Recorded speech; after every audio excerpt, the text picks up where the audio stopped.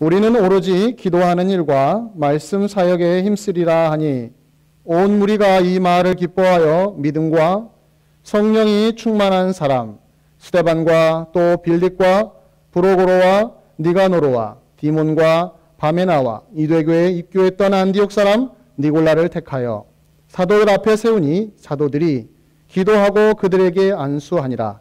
하나님의 말씀이 점점 왕성하여 예루살렘에 있는 제자의 수가 더 심히 많아지고 허다한 제사장의 무리도 이 도에 복종하니라. 아멘.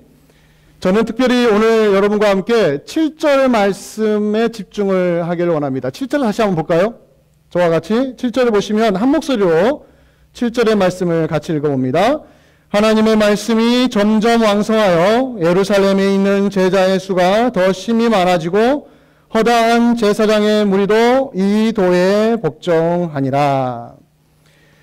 제가 여러분들과 함께 지난주에 이어서 같은 본문을 선택을 했습니다. 지난주에는 교회의 우선순위가 무엇이어야 되느냐에 대해서 당연히 말씀이어야 된다라고 오늘 본문을 통하여 확인을 했고, 지난주에 살펴보지 못했던 단락이 어디냐면 오늘 읽었던 본문 중에 특별히 7절 말씀입니다. 하나님의 말씀이 점점 왕성하여 예루살렘에 있는 제자의 수가 더 심히 많아지고 허다한 제사장의 무리도 이 도에 복종하니라. 저 개인적으로 이 말씀이요, 그렇게 가슴이 떨려요. 이 말씀만 보면 이 말씀이 얼마나 사도행전 안에서 터닝 포인트를 가질 정도로 앞에 있는 1장부터 5장에 있는 내용과 6장 이 7절 기준으로 해서 다시 8절부터 마지막까지의 내용을 하나로 요약한다면 이 6장 7절에 있는 말씀에 모아지는 겁니다. 저는 이 교회를 꿈꿉니다. 6장 7절에 있는 이 교회. 초대교회가 경험했던, 제가 좀 뒤에 세 가지로 나누어서 하나하나 살펴볼 텐데요. 온 교회가 교회의 역사 속에서 이런 교회를 꿈꿨으며, 저도 개인적으로 목회하면서 이런 모습의 교회를 상상하면서 사역을 계속해서 준비하고 전력 질주하고 있습니다. 도대체 이 말씀이 뭐길래? 다시 한번 보세요. 하나님의 말씀이 점점 왕성해지고 제자의 수가 더해지고 그 다음에 제사장의 무리들이 이 도에 복종하는, 믿음으로 복종하는 일들이 초대교회에 일어나고 있다라는 이 짧은 한 절 안에 어찌 보면 교회의 모든 것이 다 들어있다고 해도 과언이 아닙니다. 자, 7절이 왜 나왔는지 갑자기 튀어나온 게 아니에요. 이유 없이, 근거 없이 비논리적으로 7절이 나온 것이 아니라 앞에 있는 지난주에 살펴봤던 내용에 근거하여 7절이 나오는 겁니다. 즉 6절까지의 내용에 기준하여 그러므로 그래서 그런 결과로 열매로 6장 7절에 있는 내용이 우리에게 소개되고 있다는 거예요. 제가 지난주 말씀드렸던 것들 짤막하게 요약하자면 교회에 양적으로 수적으로 성장해 가고 있을 때에 어찌 보면 초대교회가 더 이상 이제 환란은 그만 그치고 이제는 성장 중심으로 얼마든지 도약할 수 있는 상황에 놓여 있었는데, 교회 안에 헬라파 유대인과 히브리파 유대인들 사이에 대립이 생김으로 말미암아 어려움이 일어났습니다. 부흥하다가 한순간에 곤두박질 치고 교회가 두 동강이로 나누어질 정도의 심각한 위기를 이 교회가 경험을 했을 때에 사도들이 정신을 바짝 차리고 교회에 모여있는 사람들에게 이렇게 선언을 합니다. 우리가 하나님 말씀을 제쳐놓았다. 이제 그 말씀에 집중해야겠다. 그러나 우리가 동시에 두 가지 일을 할 수 없으니까 너희 중에 성령과 지혜가 충만한 사람 7명을 선택해라. 그들에게 맡기고 우리들은 하나님 말씀과 기도하는 일에 전심전력을 다하겠다. 그 말씀이 무슨 뜻인지 제가 말씀을 나눴지 않습니까? 교회가 뭐예요? 모든 성도들이 하나님 말씀에 통제하에 그 말씀이 이끄는 대로 순종해 가는 모습으로 나아가기 위하여 사도들이 큰 결단을 내렸는데, 그 다음에 우리가 5절에 있는 말씀처럼 온 무리들이 어떻게 반응했습니까? 5절 보십시오. 온 무리가 사도들의 말을, 사도들이 제시했던 해결책을 듣고 나서 뭐라고 합니까? 기쁨으로 받아들였다고 이야기합니다. 여기 보세요. 온 무리가 사도들이 제시했던 교회의 방향이 어디로 가야 되느냐에 대한 합의가 이루어진 거예요. 온 성도들이 기쁨으로 그것을 수납을 한 것입니다. 저는 이 본문을 통하여, 이 5절에 있는 온 무리가 이 말을 기뻐했다는 통하여 여러분 첫 번째 기억해야 될 게 있어요. 이 온 무리 중에 누가 있었습니까? 헬라파 유대인과 히브리파 유대인들. 방금 전까지도 뭐하고 있었어요? 서로 으르렁거리며 서로 대결하고 서로 싸우며 감정의 골이 점점 깊어지고 있는 상황에 있는 두 그룹의 사람들이 사도들이 제시하는 우리가 하나님 말씀에 집중할 테니까 너희 중에 성령과 지혜가 충만한 사람들 7명을 선택하라 하는 말을 듣고 뭐예요? 전부 다 이구동성으로 환영했다는 이야기. 이게 교회가 희망이 있는 거예요. 어떤 교회가 희망이 있느냐? 시대를 초월하여 초대교회나 2세기나 5세기나 15세기나 지금 21세기나 어떤 교회를 막론하고 희망이 있는 교회는 이것입니다. 성도들이 서로 마음에 상처가 있을 수 있어요. 서로 싸울 수도 있어요. 서로 대결할 수도 있어요. 그러나 하나님의 말씀이 선포되고 하나님의 말씀만이 교회의 가장 우선시 된다는 그 위대한 선언 앞에 온 성도들이 한 마음으로 순종한다면 바로 거기에 교회의 희망이 있는 것입니다. 다른 곳에 희망이 있는 게 아니에요. 이 교회가 보세요. 온 무리가 이 말을 기뻐했다. 사도들이 무엇을 제시했습니까? 우리가 기도하고 말씀 전하는 일에 전심하도록 도와달라. 오케이, 하겠습니다. 그렇게 하세요. 그게 하나님의 뜻에 합당합니다. 라고 방금 전까지 싸웠던 두 무리 사람들이 한 마음이 되어서 지금 한 방향을 향하여 달려가고 있다라는 겁니다. 여러분들, 교회는 어려움을 당할 수 있지만 바로 그 교회를 해결할 수 있는 힘은 여기에 있어요. 온 교회 성도들이 적어도 어떤 부분에서는 하나님의 말씀 앞에서는 자기의 생각을 꺾고 자기의 입장을 내려놓고 자기의 주장을 정말 내려놓고 말씀으로 가겠습니다라는 그 부분만 합의한다면 어떠한 위기가 불어닥쳐도 교회는 이겨낼 수가 있습니다. 이게 초대교회의 힘이었어요. 말씀에 집중할 때에 온 성도들을 마음속에 말씀이 회복되었을 때에 교회 안에서 일어날 수 있는 영적인 기쁨입니다. 두 번째 놀라운 부분이 5절에 나오는데 온 무리들이 기쁨으로 받아들일 뿐만 아니라 사도들이 뭐라고 했습니까? 너희들 중에 7명을 선택하라 했을 때 방향만 제시했어요. 7명 선택하고 7명이 누구에 되냐면 성령과 지혜가 충만하여서 칭찬받는 사람 7명을 선택하라고 했습니다. 그 말을 듣자마자 5절에 보십시오. 믿음과 성령이 충만한 사람 7명을 바로 선택을 했습니다. 무엇을 말해주나요? 준비된 일꾼들이 교회 안에 있었다라는 거예요. 그것이 바로 교회를 다시 살려낼 수 있는 힘이 된 것입니다. 서로 싸우기도 하는데 이 교회는 특이하게 또 일꾼이 준비되어 가고 있었다라는 거예요. 어떤 일꾼입니까? 믿음과 성령이 충만한 사람이 준비되었다라는 거예요. 교회의 힘이라는 게 바로 그런 것입니다. 없는 사람이 중요한 게 아니라 있는 사람을 키우는 게 더 중요합니다. 사람이 없다고 사람을 모아두는 것이 중요한 것이 아니라 있는 사람 하나님이 부르셔서 이 교회에 출석하는 사람을 어쩌든지 한 명이라도 붙들고 그 사람들이 복음에 반응하도록 키워내는 일. 오늘 본문에 나와 있는 말씀처럼 믿음과 성령이 충만한 사람으로 키우는 일. 바로 그 일이 교회를 위기에서 벗어나도록 만들어 준다라는 거예요.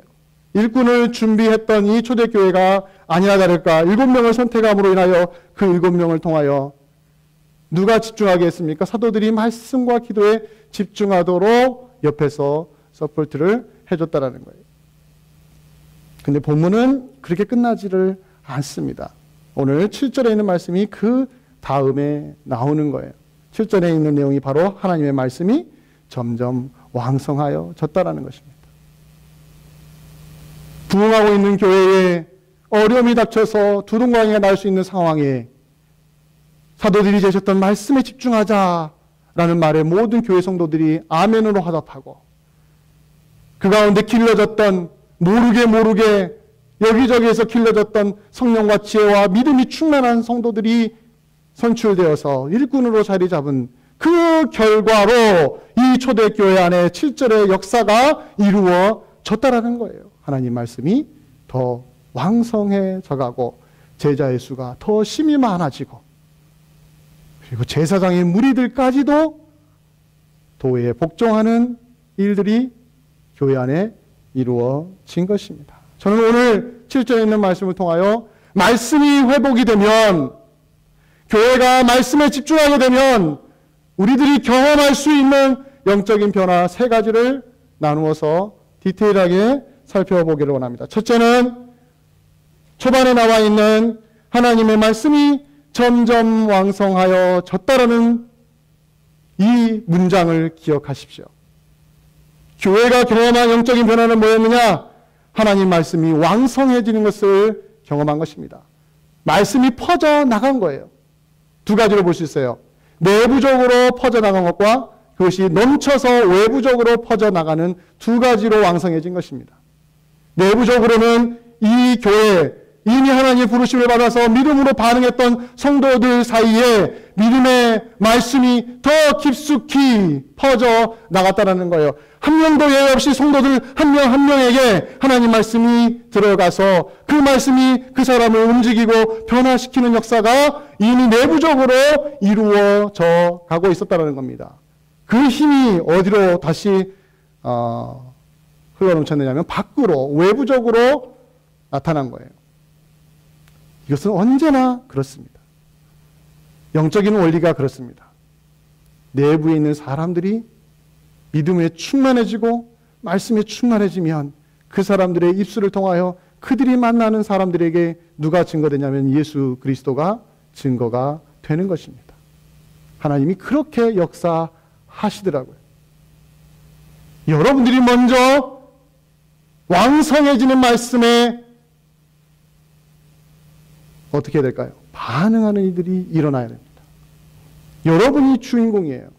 하나님이 여러분들을 들어서 사용을 하십니다. 여러분들이 깨지지 않고 여러분들이 부서지지 않고 여러분들이 말씀에 반응하지 않고는 여러분들에게 다가오는 사람들에게 아무런 말도 해줄 수가 없다라는 거예요. 여러분들은 보물을 안고 있는데 가장 귀한 것들을 여러분들은 소유하고 있는데 여러분들이 그 보물에 반응을 하지 않으니까 여러분들의 입에서 나아가지가 않고 여러분들을 만나는 사람이 그냥 여러분들의 사회인으로서 여러분들을 알고 있지 그리스도인으로서는 여러분들을 모를 수도 있다라는 겁니다. 하나님의 말씀이 왕성하다는 것은 내부적으로 신자들이 먼저 그 왕성한 말씀이 활동하면서 성도들을 변화시켜서 그 말씀에 반응하여 그 성도들이 밖으로 퍼져나가는 그게 바로 오늘 7절에 있는 하나님의 말씀이 왕성해졌다라는 거예요. 이 왕성해졌다는 단어가 뜻하는 것은 1차적으로 영향을 미친다라는 뜻을 가지고 있습니다. 저는 3가지 특징으로 요약할 수가 있어요. 첫째는 활동한다는 것이고요. 2번째는 영향을 미친다는 것이고 3번째는 변화를 준다는 것입니다. 왕성한다는 건 그런 뜻이에요. 말씀이 왕성하다는 것은 그 말씀이 활발히 움직이고 그것이 사람들에게 영향을 주면서 사람들에게 효과를 나타낸다는 것입니다. 여러분들 예를 들어서 여러분 주위에 에너지가 넘치는 사람들 혹시 있습니까? 에너지가 넘치는 사람들. 그런 사람들 만나보시면 막 저절로 전염이 되는 걸 느낍니다. 모든 일에 활기찹니다. 그리고 매우 적극적이에요.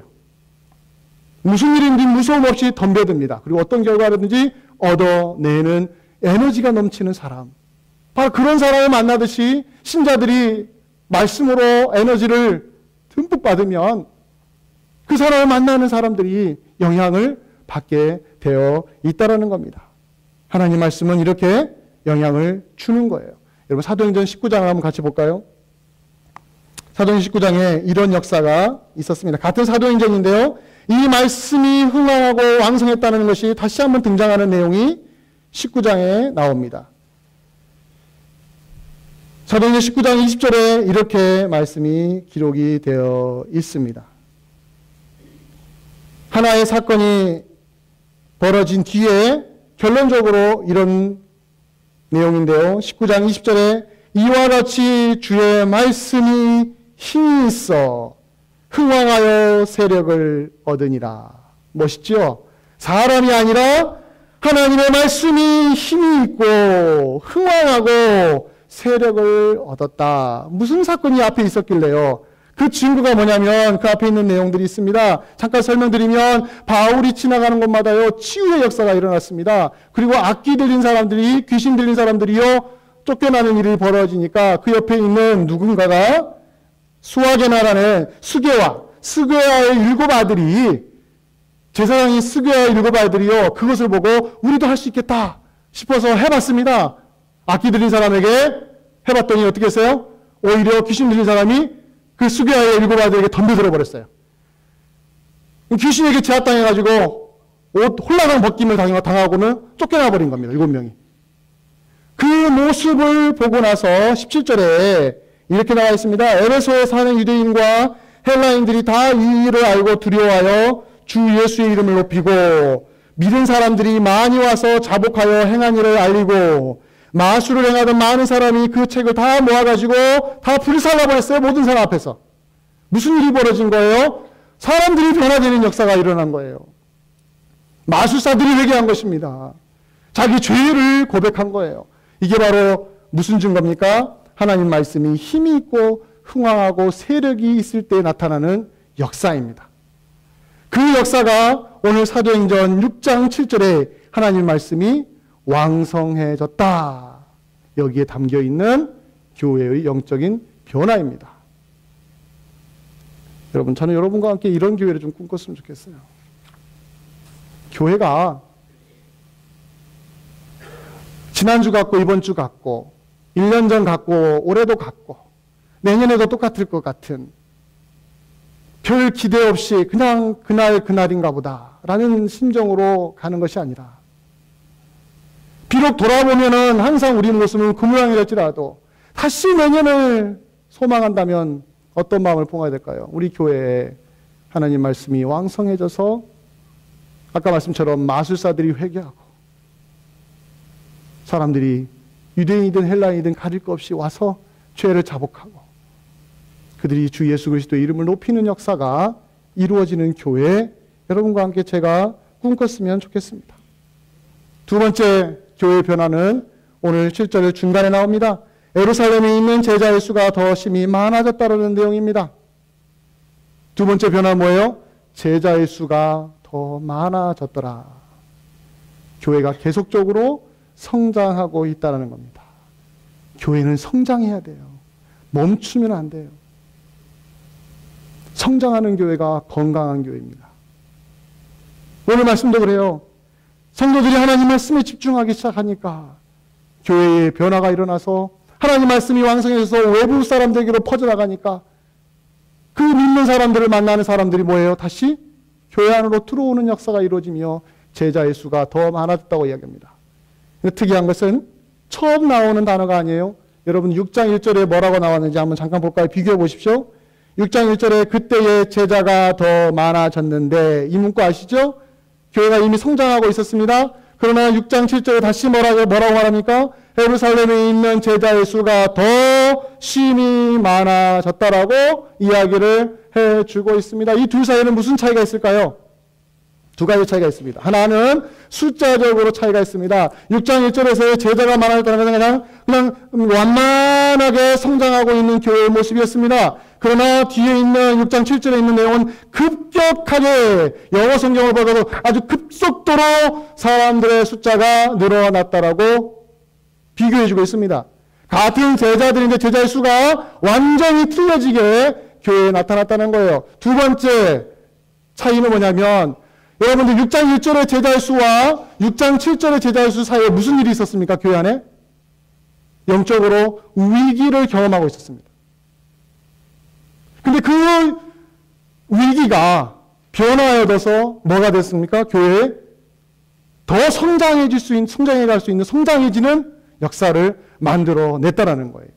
여러분 전화위복이라는 단어 아시잖아요. 교회는 언제나 위기에 직면할 수 있는데요. 항상 교회에는 전화위복이 일어납니다. 그래서 교회는 안 망하는 거예요. 세상 일은 다 망할 수가 있어도 교회는 안 망합니다. 하나님의 교회는 하나님이 지고 계시기 때문에 망할 수가 없습니다. 교회가 금방 다 깨질 것처럼 흐트러질 것처럼 사라질 것처럼 보이는데 사람이 그것을 붙잡고 있어서 교회가 일어선 것이 아니라 하나님이 위에서 성도들을 붙잡고 있었기 때문에 교회를 다시 일으켜 세워준다는 거예요. 위기를 만날 수는 있는데 거기에서 그냥 끝내버리는 것이 아니라 그 위기를 극복하고 오늘 초대교회처럼 하나님 말씀에 다시 돌아가자, 하나님 말씀으로 다시 회복하자라는 그런 변화가 생기기 시작하면 오늘 6장 7절에 있는 것처럼 제자의 수가 어떻게 해요? 더 많아지는 급속도로 변화되는 일들이 교회 안에 이루어질 수 있다는 겁니다. 어떤 사람은 그럽니다. 교회는 평안해야 된다고. 교회는 항상 조용해야 된다고. 교회는 언제나 좋은 일만 있어야 된다고. 아니요. 그런 교회는 이 지구상에 존재하지 않습니다. 딱 존재할 수 있는 방법 하나 있습니다. 죽어 있으면 그럴 수 있습니다. 살아있는 동안에는요, 그 안에는 스트러글이 있습니다. 컨플릭트가 있습니다. 한 가정에서도요, 여러분들, 부부 사이에 20년, 30년 사셔도 서로 다투시잖아요. 20년을 30년을 사는데도 다투잖아요. 근데 여러분 보세요. 우리들, 여러분과 저 서로 한 주에 한 번밖에 안 만납니다. 어떤 분들은 주중에 성경 공부하면 더 만납니다. 매일매일 새벽에 나오시면 저를 매일매일 볼 수 있습니다. 성도들끼리 보세요. 일주일에 한 번 만나요.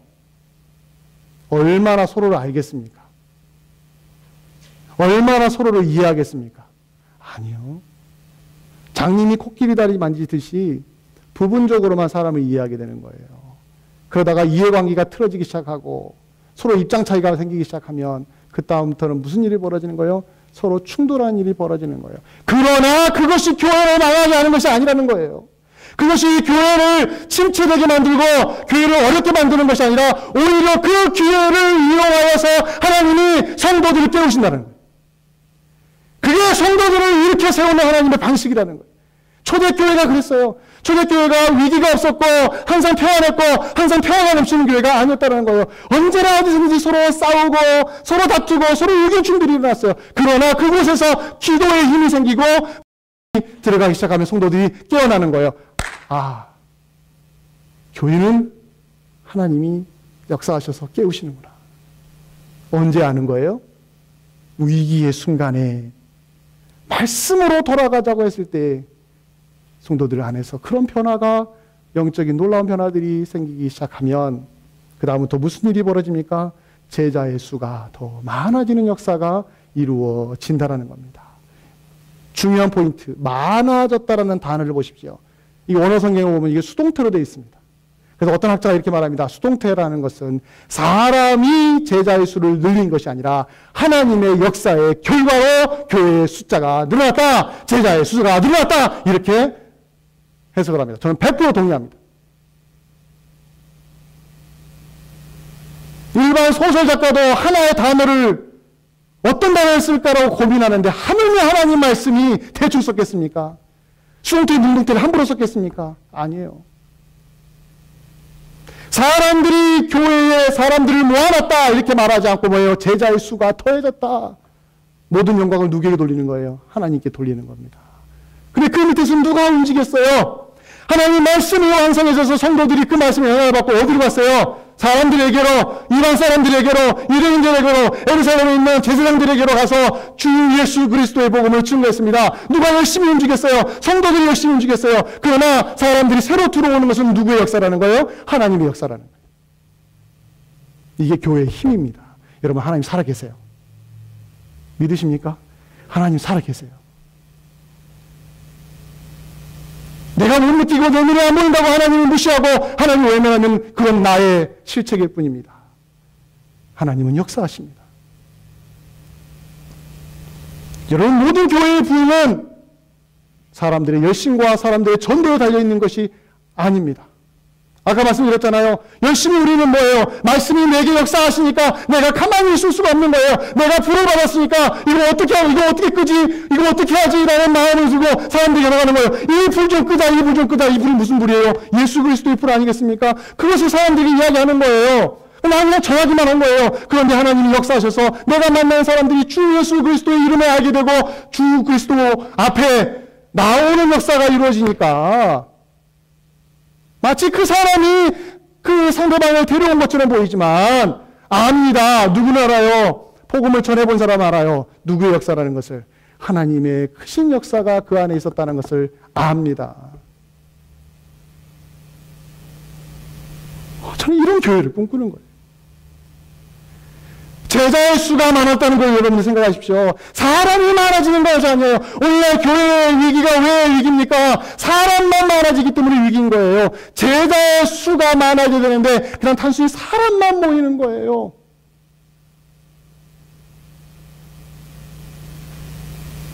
성기는 찾아볼 수가 없고 헌신은 찾아볼 수가 없고 희생은 아무도 하지 않으며 그저 몸만 담갔다가 몸만 빠져나가는, 앞에서 강단에서 재밌는 이야기 하지 않나?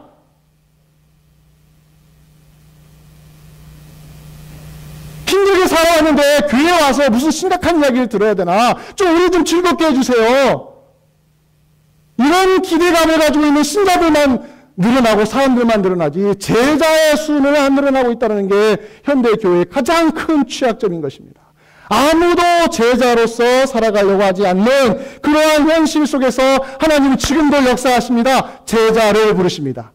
예수 그리스도에게 헌신된 사람들을 하나님이 더하기 시작을 하실 것입니다. 제가 바라보는 교회는 그런 교회입니다. 어느 날 갑자기 사람들이 몰려와서 야, 이 교회 살아있다. 아니요, 그런 교회 꿈꾸는 게 아니에요.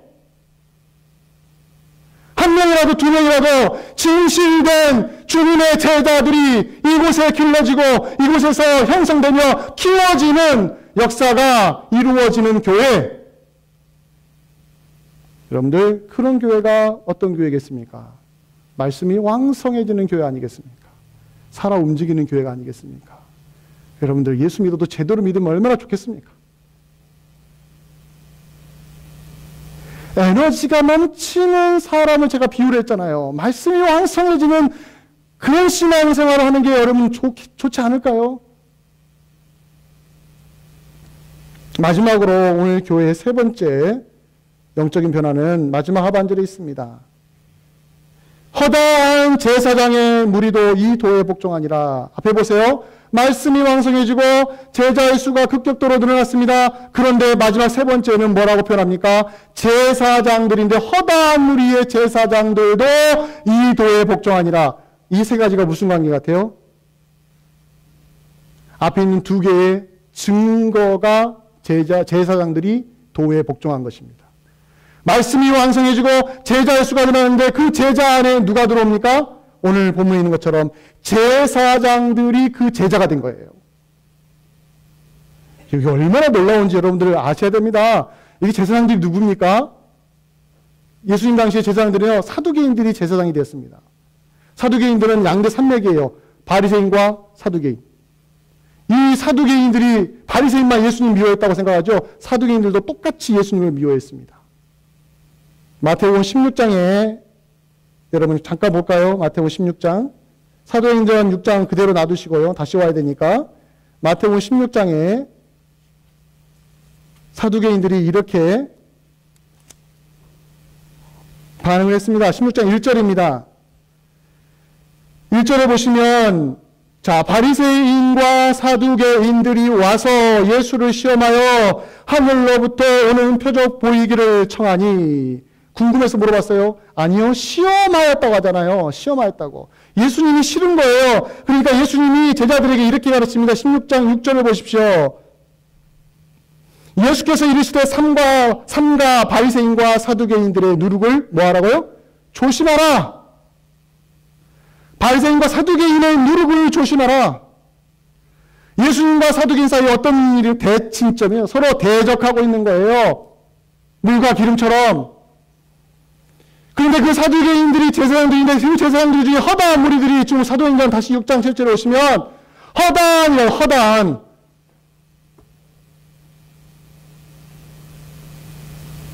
작은 숫자가 아니라 그 초대교회 사람들이 놀랄 정도의 숫자들이, 그 제사장들이, 적어도 1000인 사람들은 주 앞에 올 수 없는 사람들인데,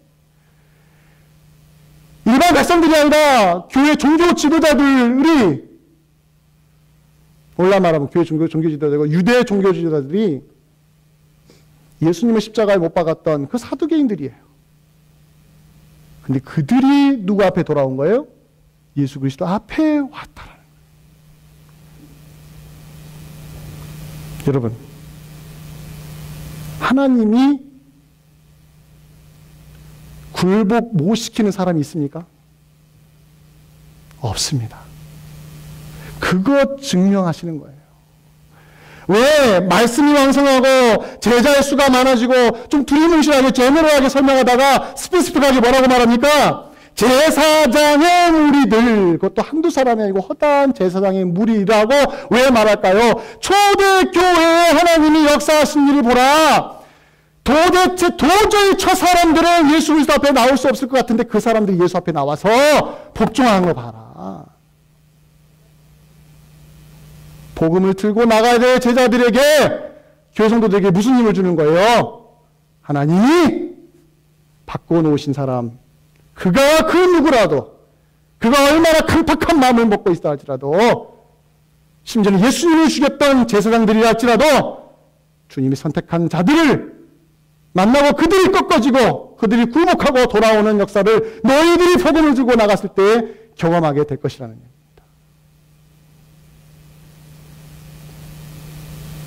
여기에 제사장의 무리가 이 도에 복종했다고 합니다. 제사장까지도 꺾으신 하나님이 그 제사장을 단순히 교인으로 만든 것이 아니라 뭐라고 했습니까? 이 도에 복종하니라. 원어성에 보면은 믿음으로 복종했다고 나옵니다. 믿음에 복종했다고 합니다. 즉 그들이 예수 그리스도를 믿을 뿐만 아니라 예수 그리스도에게 복종하는 제자의 삶을 살아갔다라는 거예요. 단순히 변화된 정도가 아니라 주님을 위하여 헌신된 주님의 참된 제자들로 그들이 바뀌어진 것입니다. 여러분, 선교사님들이 선교하러 갈 때 가장 어려운 지역을 이슬람권이라고 합니다. 선교하기가 제일 어려운 걸 이슬람권이라고 합니다. 그런데 여러분들 한 가지 아셔야 돼요. 그보다 100배, 1000배 어려운 선교지가 있습니다. 어디게요? 북한인 줄 아시죠? 북한보다 더 어려운 데가 있어요. 이스라엘입니다. 이스라엘에서 예수 그리스도를 증거한다는 것은요, 죽을 각오를 하고 가는 거예요. 죽을 각오해도 그들은 안 믿어요. 그들은 무엇을 가지고 있으니까? 구약의 모세를 가지고 있으니까 예수를 믿는 기독교는 아류라고, 아류 아주 하급. 우리는 상급이고 걔들은 하급이라고 생각하는 사람들이에요. 그래서 대학생한테 초등학생이 와가지고 내가 가르치겠다는 거 똑같은 대접을 받는 거예요. 기분이 나쁜 거예요, 유대인들이. 얼마나 가서 복음 전하기 어려운지 아십니까?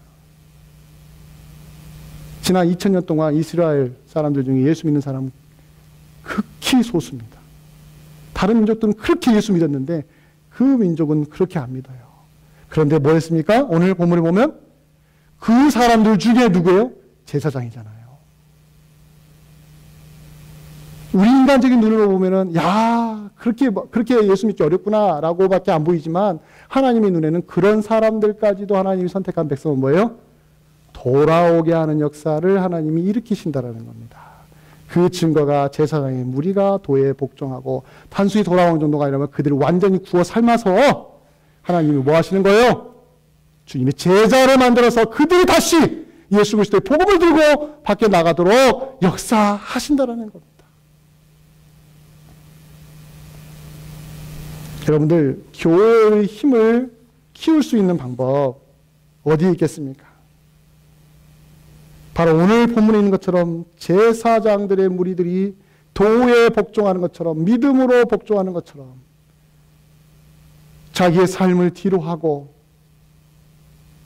자기의 고집을 꺾으며 자기의 환경을 극복하여 예수 그리스도의 참된 제자로서 살아갈 때에 여러분들, 믿음으로 복종할 때에, 믿음으로 순종할 때에 교회 안에서는 성령의 역사가 더 크게 일어난다는 것입니다.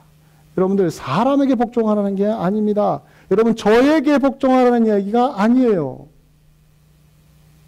이 순종만 이야기하면 맨날 목사님은 순종한다고. 제가 지난주에 어떤 설교 들었더니 그 목사님도 그 부담이 있었는지 순종이라는 설교를 하시면서 여러분들 목사에게 순종하라는 거 아닙니다. 이걸 강조하시더라고요. 왜? 성도들이 딱 순종 들으면 벌써 알레르기 반응을 일으키는 거예요. 아유, 또 목사님한테 순종하라는 거구나. 저한테 순종하라는 거 아니에요. 그러나 제 입에서 나오는 것이 하나님의 말씀이면 여러분들 순종하시라는 겁니다. 저도 여러분들이 하나님 말씀을 이야기하면 순종하잖아요. 같이 쌍방간에 순종하는 거 아니겠습니까? 누구에게? 우리 주 예수 그리스도에게 순종하는 것입니다. 그게 교회의 아름다움 아니겠어요?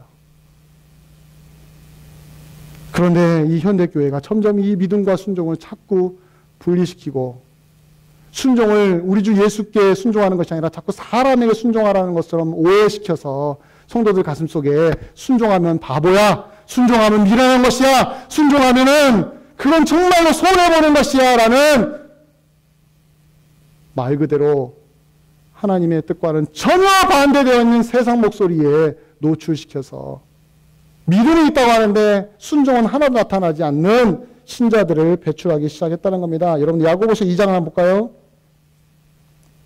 야고보서 2장 19, 20절입니다. 야고보가 이 부분에서 얼마나 가슴을 치면서 이 이야기를 했는지 모릅니다.